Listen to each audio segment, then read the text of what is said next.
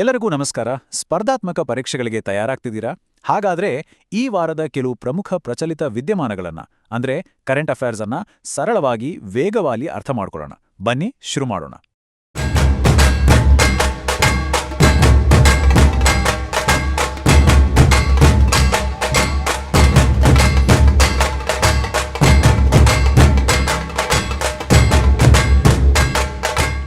ಇವತ್ತು ನಾವು ಒಟ್ಟು 5 ಪ್ರಮುಖ ವಿಷಯಗಳ ಬಗ್ಗೆ ಮಾತಾಡಲಿದ್ದೇವೆ. ಮೊದಲನೆಯದು ರಾಷ್ಟ್ರೀಯ ಭದ್ರತೆಯಲ್ಲಿ ಆರ್ಟಿಫಿಷಿಯಲ್ ಇಂಟೆಲಿಜೆನ್ಸ್ನ ಪಾತ್ರ. ಎರಡನೆಯದು ಹೊಸ ಆರ್ಥಿಕ ನೀತಿಗಳು. ಮೂರನೆಯದು ಭಾರತದ ಕಡಲ ರಾಜತಾಂತ್ರಿಕತೆ. ನಾಲ್ಕನೆಯದು ಪರಿಸರ ಮತ್ತು ಆರೋಗ್ಯ. ಹಾಗೂ ಕೊನೆಯದಾಗಿ ನಮ್ಮ ರಾಜ್ಯಗಳಲ್ಲಿನ ಕೆಲವು ಮುಖ್ಯ ಸುದ್ದಿಗಳು. ಸರಿ, ಹಾಗಿದ್ರೆ ನಮ್ಮ ಮೊದಲನೇ ಟಾಪಿಕ್ ರಾಷ್ಟ್ರೀಯ ಭದ್ರತೆ. ನಮ್ಮ ದೇಶವನ್ನ ಸೇಫ್ ಆಗಿಡೋಕೆ ಆರ್ಟಿಫಿಷಿಯಲ್ ಇಂಟೆಲಿಜೆನ್ಸ್ ಅಥವಾ ಎಐ ತಂತ್ರಜ್ಞಾನ ಹೇಗೆಲ್ಲ ಸಹಾಯ ಮಾಡ್ತಿದೆ ಅಂತ ನೋಡೋಣ. ಮೊದಲನೇದಾಗಿ ನಾರಿತ್ ಎಐ ಏನಿದು? ಇದು ಮಾದಕ ವಸ್ತುಗಳಿಗೆ ಅಂದ್ರೆ ನಾರ್ಕೋಟಿಕ್ಸ್ ಕೇಸ್ಗಳನ್ನ ಭೇದಿಸೋಕೆ ಗುಜರಾತ್ ಪೊಲೀಸರು ಬಳಸ್ತಿರುವ ಒಂದು ಕ್ರಾಂತಿಕಾರಿ ಎಐ ಟೂಲ್. ಈ ತಂತ್ರಜ್ಞಾನವನ್ನ ಬಳಸಿದ ಭಾರತದ ಮೊದಲ ರಾಜ್ಯ ಪೊಲೀಸ್ ಪಡೆ ಅನ್ನೋ ಹೆಗ್ಗಳಿಕೆ ಗುಜರಾತ್ಗೆ ಸಿಕ್ಕಿದೆ. ಇದು ಒಂಥರ ತನಿಖಾಧಿಕಾರಿಗಳಿಗೆ ಒಂದು ಪರ್ಸನಲ್ ಡಿಜಿಟಲ್ ಲೀಗಲ್ ಅಡ್ವೈಸರ್ ಇದ್ದ ಹಾಗೆ. ಹಾಗಾದ್ರೆ ಇದು ಹೇಗೆ ಕೆಲಸ ಮಾಡುತ್ತೆ? ತುಂಬಾನೇ ಸಿಂಪಲ್. ಮೊದಲು ಇದು ಎಫ್ಐಆರ್ಗಳನ್ನು ಆಳವಾಗಿ ವಿಶ್ಲೇಷಿಸುತ್ತೆ. ಆಮೇಲೆ ಆರ್ಎಜಿ ಅನ್ನೋ ಟೆಕ್ನಾಲಜಿ ಬಳಸಿ ಸಾವಿರಾರು ಹಳೆಯ ಕಾನೂನು ದಾಖಲೆಗಳು, ಕೋರ್ಟ್ ತೀರ್ಪುಗಳ ಜೊತೆ ಹೋಲಿಕೆ ಮಾಡುತ್ತೆ. ಇದರ ಆಧಾರದ ಮೇಲೆ ಕೇಸ್ ಎಷ್ಟು ಸ್ಟ್ರಾಂಗ್ ಇದೆ, ಎಲ್ಲಿ ವೀಕ್ ಇದೆ ಅಂತ ಒಂದು ರಿಪೋರ್ಟ್ ಕೊಡುತ್ತೆ. ಜೊತೆಗೆ ಯಾವೆಲ್ಲ ಸಾಕ್ಷ್ಯ ಬೇಕು ಅಂತ ಒಂದು ಚೆಕ್ಲಿಸ್ಟ್ ಕೂಡ ಕೊಡುತ್ತೆ. ಅಷ್ಟೇ ಅಲ್ಲ, ಎದುರಾಳಿ ವಕೀಲರು ಏನೆಲ್ಲ ವಾದ ಮಾಡ್ಬೋದು ಅಂತಾನೂ ಊಹಿಸುತ್ತೆ. ಮುಂದಿನದು ಪ್ರಜ್ಞಾ ಸಿಸ್ಟಮ್. ಇದನ್ನ ನಮ್ದೇ DRDO ಸ್ಥಳೀಯವಾಗಿ ಡೆವಲಪ್ ಮಾಡಿದೆ. ಇದು ಸ್ಯಾಟಲೈಟ್ ಇಮೇಜ್ಗಳನ್ನ ಎಐ ಬಳಸಿ ಅನಲೈಸ್ ಮಾಡುತ್ತೆ. ಅಂದ್ರೆ ಸಾವಿರಾರು ಗಂಟೆಗಳ ವಿಡಿಯೋನ ಮನುಷ್ಯರು ನೋಡಿ ವಿಶ್ಲೇಷಿಸುವ ಬದಲು ಈ ಎಐ ಸಿಸ್ಟಮ್ ತಕ್ಷಣವೇ ಏನಾದರೂ ಅಪಾಯಕಾರಿ ಚಟುವಟಿಕೆ ಇದ್ರೆ ಪತ್ತೆ ಹಚ್ಚಿ ಅಲರ್ಟ್ ಕೊಡುತ್ತೆ. ಭಯೋತ್ಪಾದನೆ ನಿಗ್ರಹದಂತಹ ಕಾರ್ಯಾಚರಣೆಗಳಲ್ಲಿ ಇದು ಗೇಮ್ ಚೇಂಜರ್ ಆಗಬಲ್ಲದು. ಸರಿ, ಈಗ ನಮ್ಮ ಎರಡನೇ ವಿಭಾಗಕ್ಕೆ ಹೋಗೋಣ. ಆರ್ಥಿಕತೆ. ನಮ್ಮ ಫಿನಾನ್ಸ್ ಮೇಲೆ ಪರಿಣಾಮ ಬೀರಬಹುದಾದ ಕೆಲವು ಹೊಸ ನಿಯಮಗಳು ಮತ್ತು ಇತ್ತೀಚಿನ ಬೆಳವಣಿಗೆಗಳ ಬಗ್ಗೆ ಮಾತಾಡೋಣ. ಭಾರತ ಸರ್ಕಾರವು ಭಾರತೀಯ ಆನ್ಲೈನ್ ಗೇಮಿಂಗ್ ಪ್ರಾಧಿಕಾರ ಅಥವಾ OGAI ಅನ್ನೋ ಹೊಸ ಸಂಸ್ಥೆಯನ್ನ ಸ್ಥಾಪಿಸಿದೆ. ಇದು ಮೇಟಿ ಸಚಿವಾಲಯದ ಅಡಿಯಲ್ಲಿ ಕೆಲಸ ಮಾಡುತ್ತೆ. ಇದರ ಮುಖ್ಯ ಕೆಲಸ ಅಂದ್ರೆ ಆನ್ಲೈನ್ ಗೇಮ್ಗಳನ್ನು ವರ್ಗೀಕರಿಸೋದು, ಅವುಗಳನ್ನು ರಿಜಿಸ್ಟರ್ ಮಾಡೋದು ಮತ್ತು ಗೇಮರ್ಗಳ ದೂರುಗಳನ್ನು ಬಗೆಹರಿಸೋದು. ಪರೀಕ್ಷೆ ದೃಷ್ಟಿಯಿಂದ ಇದರ ಕಾಂಪೋಸಿಷನ್ ಅಂದ್ರೆ ಇದರಲ್ಲಿ ಗೃಹ, ಮಾಹಿತಿ ಮತ್ತು ಪ್ರಸಾರ, ಕ್ರೀಡೆ ಹೀಗೆ ಬೇರೆ ಬೇರೆ ಸಚಿವಾಲಯಗಳ ಸದಸ್ಯರಿರ್ತಾರೆ ಅನ್ನೋದು ಮುಖ್ಯ. ಈಗೊಂದು ದೊಡ್ಡ ಮೈಲಿಗಲ್ಲು. ಅಟಲ್ ಪಿಂಚಣಿ ಯೋಜನೆಯ ಚಂದಾದಾರರ ಸಂಖ್ಯೆ ಬರೋಬ್ಬರಿ 9 ಕೋಟಿ ದಾಟಿದೆ. ಇದು ನಿಜಕ್ಕೂ ದೊಡ್ಡ ಸಂಖ್ಯೆ. ದೇಶದ ಅಸಂಘಟಿತ ವಲಯದಲ್ಲಿರೋ ಕಾರ್ಮಿಕರಿಗೆ ಸಾಮಾಜಿಕ ಭದ್ರತೆ ಕೊಡೋದ್ರಲ್ಲಿ ಈ ಯೋಜನೆ ಎಷ್ಟು ಯಶಸ್ವಿಯಾಗಿದೆ ಅನ್ನೋದಕ್ಕೆ ಇದೇ ಸಾಕ್ಷಿ. ಈ ಯೋಜನೆಯ ಬೆನಿಫಿಟ್ಸ್ ರಚನೆ ತುಂಬಾನೇ ವಿಶಿಷ್ಟವಾಗಿದೆ. ಮೊದಲು ಚಂದಾದಾರರಿಗೆ 60 ವರ್ಷದ ನಂತರ ಗ್ಯಾರಂಟಿ ಪೆನ್ಷನ್ ಸಿಗುತ್ತೆ. ಅವರ ನಂತರ ಅವರ ಸಂಗಾತಿಗೆ ಅದೇ ಪೆನ್ಷನ್ ಮುಂದುವರಿಯುತ್ತೆ. ಅವರಿಬ್ಬರೂ ಇಲ್ದದಾಗ ನಾಮಿನಿಗೆ ಪೂರ್ತಿ ಹಣ ಸಿಗುತ್ತೆ. ನೋಡಿ, ಇದೊಂಥರ 3 ಹಂತದ ಸೆಕ್ಯೂರಿಟಿ. ಈಗ ಆರ್ಥಿಕತೆಯ ಇನ್ನೊಂದು ಪ್ರಮುಖ ವಿಚಾರ.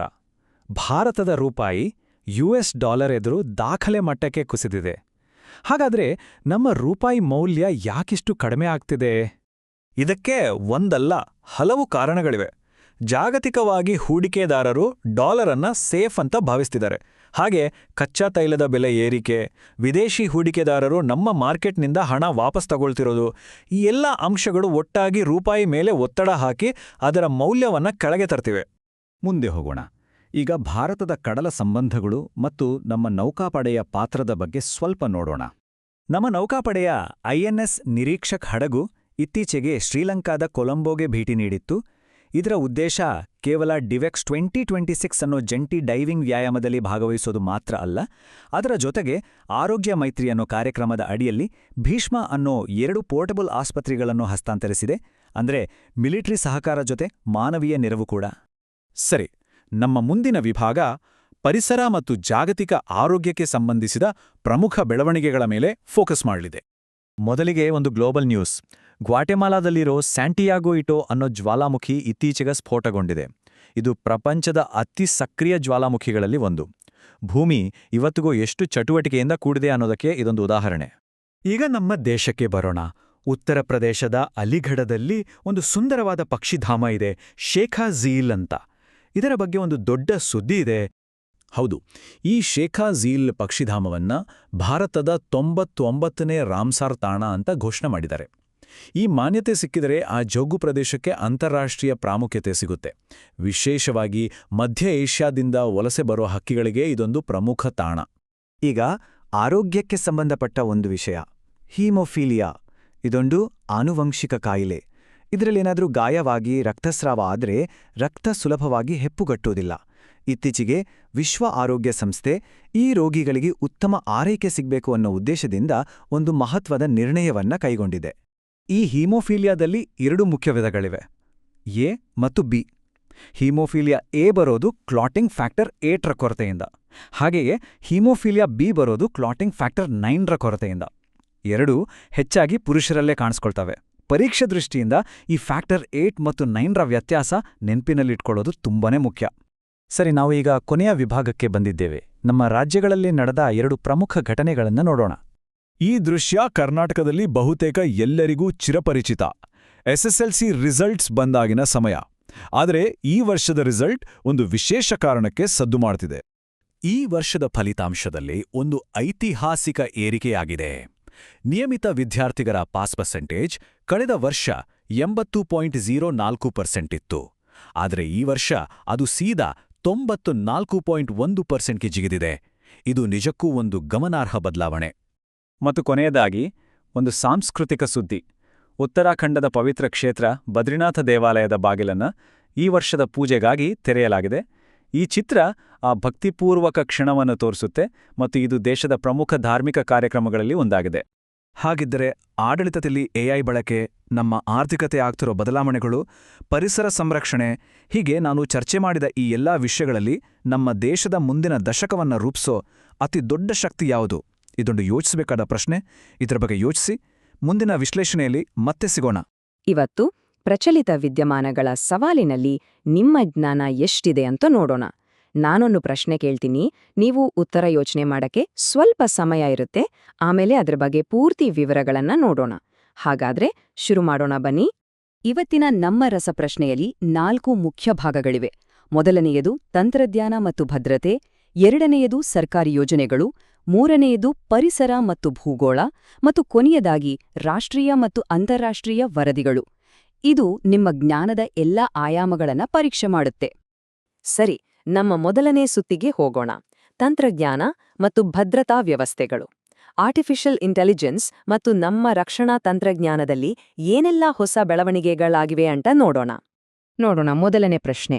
ಇತ್ತೀಚೆಗೆ ನಾರೀಟ್ AI ಅನ್ನೋ ಒಂದು ಹೊಸ ತನಿಖೆಯ ಸಾಧನ ಬಹಳ ಸುದ್ದಿಯಲ್ಲಿತ್ತು. ಇದರ ಹಿಂದಿರುವ ತಂತ್ರಜ್ಞಾನ ಯಾವುದು ಮತ್ತು ಇದನ್ನ ಭಾರತದಲ್ಲಿ ಮೊದಲು ಬಳಸಿದ ಪೊಲೀಸ್ ಪಡೆ ಯಾವುದು? ಯೋಚನೆ ಮಾಡಿ.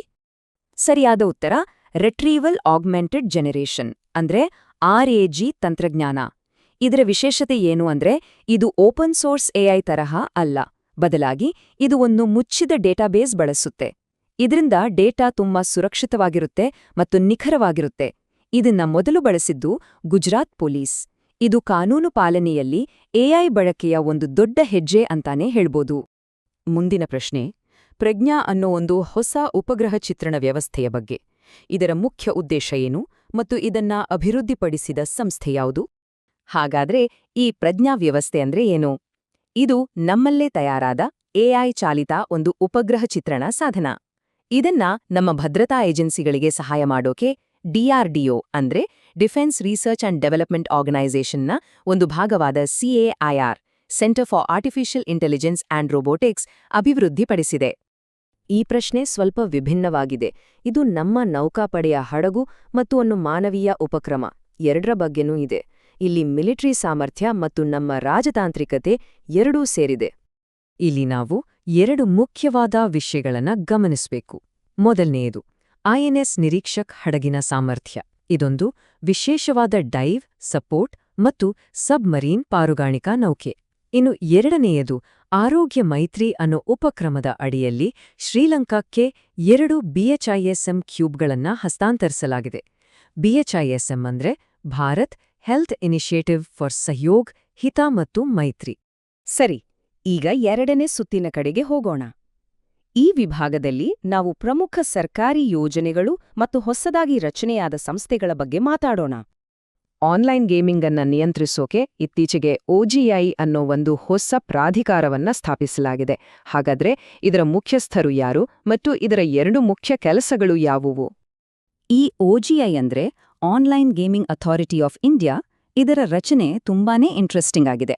ಇದರ ಅಧ್ಯಕ್ಷರು ಮೀಟಿ ಅಂದ್ರೆ ಎಲೆಕ್ಟ್ರಾನಿಕ್ಸ್ ಮತ್ತು ಮಾಹಿತಿ ತಂತ್ರಜ್ಞಾನ ಸಚಿವಾಲಯದ ಹೆಚ್ಚುವರಿ ಕಾರ್ಯದರ್ಶಿ. ಇದರ ಮುಖ್ಯ ಕೆಲಸಗಳು ಅಂದ್ರೆ ಆನ್ಲೈನ್ ಗೇಮ್ಸ್ಗಳನ್ನ ವರ್ಗೀಕರಿಸುವುದು ಮತ್ತು ಸಾರ್ವಜನಿಕರಿಂದ ಬರೋ ದೂರುಗಳನ್ನ ಪರಿಹರಿಸುವುದು. ಮುಂದಿನ ಪ್ರಶ್ನೆ ಅಟಲ್ ಪಿಂಚಣಿ ಯೋಜನೆ ಅಂದರೆ APY ಬಗ್ಗೆ. ಈ ಯೋಜನೆಗೆ ಸೇರ್ಬೇಕಂದ್ರೆ ವಯಸ್ಸಿನ ಅರ್ಹತೆ ಏನು? ಒಂದು ವೇಳೆ ಚಂದಾದಾರರು ತೀರಿ ಹೋದ್ರೆ ಅವರ ಸಂಗಾತಿಗೆ ಮತ್ತು ನಾಮಿನಿಗೆ ಏನೆಲ್ಲ ಪ್ರಯೋಜನಗಳು ಸಿಗುತ್ತೆ? ಈ ಅಟಲ್ ಪಿಂಚಣಿ ಯೋಜನೆಯಲ್ಲಿ ಸಿಗೋ ಪ್ರಯೋಜನಗಳನ್ನ ನೋಡೋದಾದ್ರೆ ಚಂದಾದಾರರಿಗೆ 60 ವರ್ಷ ಆದ್ಮೇಲೆ ಒಂದು ಖಚಿತವಾದ ಪಿಂಚಣಿ ಸಿಗತ್ತೆ. ಅವರ ಮರಣದ ನಂತರ ಅದೇ ಪಿಂಚಣಿ ಅವರ ಸಂಗಾತಿಗೆ ಸಿಗತ್ತೆ. ಒಂದು ವೇಳೆ ಇಬ್ಬರೂ ತೀರಿ ಹೋದ್ರೆ ಅವರು ಕಟ್ಟಿದ ಸಂಪೂರ್ಣ ಹಣ ಅವರ ನಾಮಿನಿಗೆ ವಾಪಸ್ ಬರುತ್ತೆ. ಈಗ ನಮ್ಮ ಮೂರನೇ ಸುತ್ತು. ಇದರಲ್ಲಿ ನಾವು ಪರಿಸರ ಮತ್ತು ಭೂಗೋಳಕ್ಕೆ ಸಂಬಂಧಪಟ್ಟ ಇತ್ತೀಚಿನ ಘಟನೆಗಳ ಬಗ್ಗೆ ಗಮನ ಹರಿಸೋಣ. ಜ್ವಾಲಾಮುಖಿಗಳು ಮತ್ತು ಪ್ರಮುಖ ಪರಿಸರ ತಾಣಗಳ ಬಗ್ಗೆ ತಿಳಿದುಕೊಳ್ಳೋಣ. ಭೂಗೋಳದ ಬಗ್ಗೆ ಒಂದು ಪ್ರಶ್ನೆ. ಇತ್ತೀಚೆಗೆ ಸ್ಯಾಂಟಿಯಾಗ್ವಿಟೋ ಅನ್ನೋ ಜ್ವಾಲಾಮುಖಿ ಸ್ಫೋಟಗೊಂಡಿತ್ತು. ಇದು ಯಾವ ದೇಶದಲ್ಲಿದೆ ಮತ್ತು ಇದರ ಮೂಲ ಯಾವಿದು? ಅಂದ್ರೆ ಯಾವ ದೊಡ್ಡ ಜ್ವಾಲಾಮುಖಿಯ ಸ್ಫೋಟದ ನಂತರ ಇದು ಹುಟ್ಕೊಂಡಿತ್ತು? ಇಲ್ಲಿರೋ ಒಂದು ಮುಖ್ಯ ಕೊಂಡಿ ಏನು ಅಂದ್ರೆ ಗ್ವಾಟಮಾಲಾದಲ್ಲಿರೋ ಈ ಸ್ಯಾಂಟಿಯಾಗ್ವಿಟೋ ಜ್ವಾಲಾಮುಖಿ ಇದೆಯಲ್ಲ, ಇದು ತುಂಬಾನೇ ಸಕ್ರಿಯವಾಗಿದೆ. ಇದು ವಾಸ್ತವವಾಗಿ 1902ರಲ್ಲಿ ಸಂಟಮಾರಿಯಾ ಅನ್ನೋ ಜ್ವಾಲಾಮುಖಿ ಭಾರಿ ದೊಡ್ಡದಾಗಿ ಸ್ಫೋಟಗೊಂಡ ನಂತರ ಸೃಷ್ಟಿಯಾದದ್ದು. ಭಾರತದ ಹೊಸ ರ್ಯಾಮ್ಸರ್ ತಾಣದ ಬಗ್ಗೆ ಒಂದು ಪ್ರಶ್ನೆ. ಇತ್ತೀಚೆಗೆ ಶೇಖಾ ಝೀಲ್ ಪಕ್ಷಿಧಾಮವನ್ನು ರ್ಯಾಮ್ಸರ್ ಸೈಟ್ ಅಂತ ಘೋಷಿಸಲಾಯಿತು. ಇದು ಯಾವ ರಾಜ್ಯದಲ್ಲಿದೆ ಮತ್ತು ವಲಸೆ ಹಕ್ಕಿಗಳಿಗೆ ಇದು ಯಾಕೆ ಅಷ್ಟು ಮುಖ್ಯ? ಶೇಖಾ ಝೀಲ್ ಪಕ್ಷಿಧಾಮ ಇರೋದು ಉತ್ತರ ಪ್ರದೇಶದ ಅಲಿಗಢದಲ್ಲಿ. ಇದು ಭಾರತದ 99ನೇ ರಾಮ್ಸರ್ ತಾಣ. ಇದರ ಪ್ರಾಮುಖ್ಯತೆ ಏನು ಅಂದ್ರೆ ಮಧ್ಯ ಏಷ್ಯಾದಿಂದ ಬರೋ ವಲಸೆ ಹಕ್ಕಿಗಳ ದಾರಿಯಲ್ಲಿ ಅಂದ್ರೆ ಸೆಂಟ್ರಲ್ ಏಷ್ಯನ್ ಫ್ಲೈವೇಯಲ್ಲಿ ಇದೊಂದು ಪ್ರಮುಖವಾದ ನಿಲುಗಡೆಯಾಗಿದೆ. ಸರಿ, ಈಗ ನಾವು ಕೊನೆಯ ಸುತ್ತಿಗೆ ಬಂದಿದ್ದೇವೆ. ಈ ಸುತ್ತಿನಲ್ಲಿ ಆರ್ಥಿಕತೆ, ಆರೋಗ್ಯ ಮತ್ತು ಶಿಕ್ಷಣಕ್ಕೆ ಸಂಬಂಧಪಟ್ಟ ಕೆಲವು ಪ್ರಮುಖ ರಾಷ್ಟ್ರೀಯ ಮತ್ತು ಅಂತಾರಾಷ್ಟ್ರೀಯ ವರದಿಗಳ ಬಗ್ಗೆ ನೋಡೋಣ. ಅರ್ಥಶಾಸ್ತ್ರಕ್ಕೆ ಸಂಬಂಧಪಟ್ಟ ಪ್ರಶ್ನೆ ಇದು. ಇತ್ತೀಚೆಗೆ ಭಾರತದ ರೂಪಾಯಿ ಮೌಲ್ಯ ಯಾಕೆ ತೀವ್ರವಾಗಿ ಕುಸಿತು? ಇದಕ್ಕೆ ಕಾರಣವಾದ 2 ಮುಖ್ಯವಾದ ಅಂತಾರಾಷ್ಟ್ರೀಯ ಅಂಶಗಳು ಯಾವುವು? ನಮ್ಮ ರೂಪಾಯಿ ಮೌಲ್ಯ ಯಾಕೆ ಕುಸಿತು ಅಂದ್ರೆ ಇದಕ್ಕೆ ಮುಖ್ಯವಾಗಿ 2 ಅಂತಾರಾಷ್ಟ್ರೀಯ ಕಾರಣಗಳಿವೆ. ಒಂದು, ಪಶ್ಚಿಮ ಏಷ್ಯಾದಲ್ಲಿ ನಡೀತಿರೋ ಸಂಘರ್ಷದಿಂದಾಗಿ ಕಚ್ಚಾ ತೈಲದ ಬೆಲೆ ಗಗನಕ್ಕೇರಿತು. ಇನ್ನೊಂದು, ಹೂಡಿಕೆದಾರರು ಅಮೆರಿಕನ್ ಡಾಲರ್ ಅನ್ನು ಒಂದು ಸುರಕ್ಷಿತ ಹೂಡಿಕೆ ಅಂತ ಭಾವಿಸಿ ಅದರ ಬೇಡಿಕೆಯನ್ನ ಹೆಚ್ಚಿಸಿದ್ದು. ಈಗ ಆರೋಗ್ಯ ಕ್ಷೇತ್ರಕ್ಕೆ ಸಂಬಂಧಪಟ್ಟ ಒಂದು ಪ್ರಶ್ನೆ. ಹಿಮೋಫೀಲಿಯಾ ಅನ್ನೋ ಒಂದು ಆನುವಂಶಿಕ ಕಾಯಿಲೆ ಬಗ್ಗೆ ನಿಮ್ಗೆ ಗೊತ್ತಿರ್ಬೋದು. ಹಿಮೋಫೀಲಿಯಾ ಎ ಮತ್ತು ಹಿಮೋಫೀಲಿಯಾ ಬಿ ನಡುವೆ ಇರೋ ಮುಖ್ಯ ವ್ಯತ್ಯಾಸ ಏನು? ಮತ್ತು ಈ ರೋಗ ಹೆಚ್ಚಾಗಿ ಪುರುಷರಲ್ಲೇ ಯಾಕೆ ಕಾಣಿಸ್ಕೊಳ್ಳುತ್ತೆ? ಇವೆರಡರ ನಡುವಿನ ಮುಖ್ಯ ವ್ಯತ್ಯಾಸ ಇರೋದು ರಕ್ತ ಹೆಪ್ಪುಗಟ್ಟಿಸುವ ಫ್ಯಾಕ್ಟರ್ನಲ್ಲಿ. ಹಿಮೋಫೀಲಿಯಾ ಎನಲ್ಲಿ ಫ್ಯಾಕ್ಟರ್ 8 ಕೊರತೆ ಇರತ್ತೆ. ಹಿಮೋಫೀಲಿಯಾ ಬಿನಲ್ಲಿ ಫ್ಯಾಕ್ಟರ್ 9 ಕೊರತೆ ಇರತ್ತೆ. ಇನ್ನು ಇದು ಹೆಚ್ಚಾಗಿ ಪುರುಷರ ಮೇಲೆ ಯಾಕೆ ಪರಿಣಾಮ ಬೀರುತ್ತೆ ಅಂದ್ರೆ ಇದು X ಕ್ರೋಮೋಸೋಮ್ ಮೂಲಕ ಆನುವಂಶಿಕವಾಗಿ ಬರುತ್ತೆ.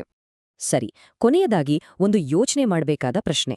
ಇವತ್ತು ನಾವು ಚರ್ಚೆ ಮಾಡಿದ ವಿಷಯಗಳಲ್ಲಿ ಯಾವ ವಿಷಯ ಮುಂಬರುವ ಪರೀಕ್ಷೆಯಲ್ಲಿ ಒಂದು ಬಹುಮಟ್ಟದ ಅಂದ್ರೆ ಮಲ್ಟಿಲೆವೆಲ್ ಪ್ರಶ್ನೆಯಾಗಿ ಬರುವ ಸಾಧ್ಯತೆ ಇದೆ ಅಂತ ನಿಮಗನ್ಸುತ್ತೆ?